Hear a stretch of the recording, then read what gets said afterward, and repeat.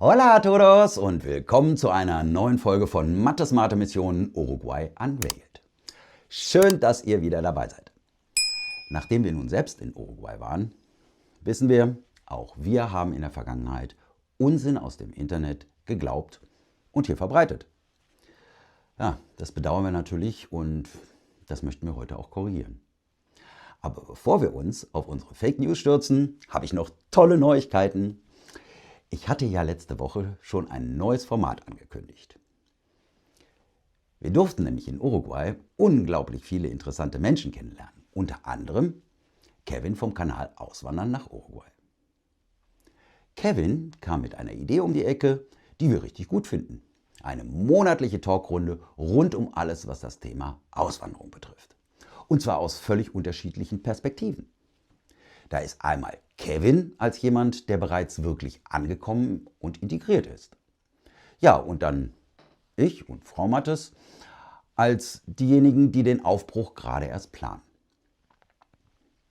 Dazu holen wir uns Gäste, die sich irgendwo dazwischen befinden. Für uns klingt das spannend, informativ und nach vielen individuellen Auswanderungsgeschichten. Da sind wir natürlich gern dabei. Der erste Gast hat auch schon zugesagt und ich freue mich schon sehr drauf und bin gespannt, wie das wird. Perspektivenreich würde ich mal tippen. Jetzt aber zu unseren Korrekturen.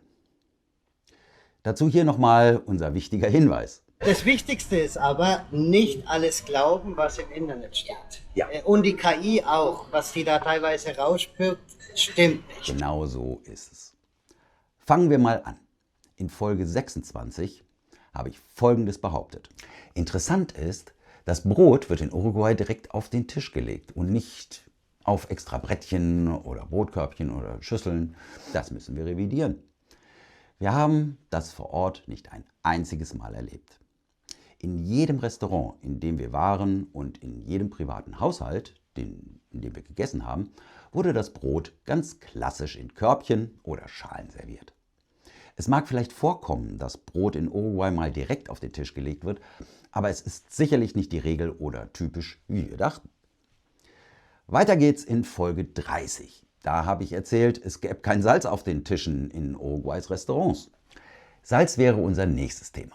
In Europas Gastronomie ist es üblich, Salz und Pfeffer auf dem Tisch vorzufinden. Manchmal sogar Sojasauce, Ketchup, Senf, Mayo und vieles weitere. In Uruguay ist es nicht so. Unseren Infos nach ist es sogar verboten, in Restaurants Salzstreuer einfach so auf den Tisch zu stellen. Das ist eine Maßnahme der uruguayischen Regierung zur Förderung der Volksgesundheit. Ziel ist es, den Salzkonsum der Bevölkerung zu reduzieren und damit sehr verbreiteten Erkrankungen wie zum Beispiel Bluthochdruck, Herzinfarkt, Schlaganfall usw. entgegenzuwirken. Auch das stimmt nicht so ganz. Es mag zwar Maßnahmen der Regierung zur Salzreduktion geben, aber die wirken sich in der Praxis nicht so aus, dass nirgendwo Salz stünde. Während unserer 6 Wochen in Uruguay haben wir viele Restaurants besucht und in den allermeisten stand Salz, Pfeffer und oft auch Ketchup und Mayo direkt griffbereit auf dem Tisch. An dieser Stelle ein kurzer Exkurs in unsere Gedankenwelt. In Uruguay ist Adipositas, also starkes Übergewicht, durchaus ein Thema. Das Problem ist mindestens so groß wie in Deutschland. Unserem subjektiven Eindruck nach sogar größer, besonders bei Kindern. Lebensmittel, die viel Zucker oder Fett enthalten, sind zwar mit schwarzen Warnhinweisen gekennzeichnet, und das ist auch gut so, aber gibt es weitere Maßnahmen der Regierung? Ja, das fragen wir uns seitdem. Kurzer Exkurs, Ende. Ja, kommen wir zurück. Uns war es bisher auch ein Anliegen, unsere falschen Behauptungen immer zu korrigieren. Transparenz ist uns wichtig. Haben wir vielleicht noch was übersehen? Wenn euch noch was auffällt, das darauf hindeutet, dass wir Unsinn verbreiten oder verbreitet haben, lasst uns das bitte wissen und schreibt uns das in die Kommentare. Kommen wir zum Schluss noch zu etwas Erfreulichem. In der nächsten Folge von Mattes Mate Mission Uruguay Unveiled wird es konkret. Ich zeige euch, für welche Orte und Regionen in Uruguay Frau Mattes und ich uns besonders begeistern konnten.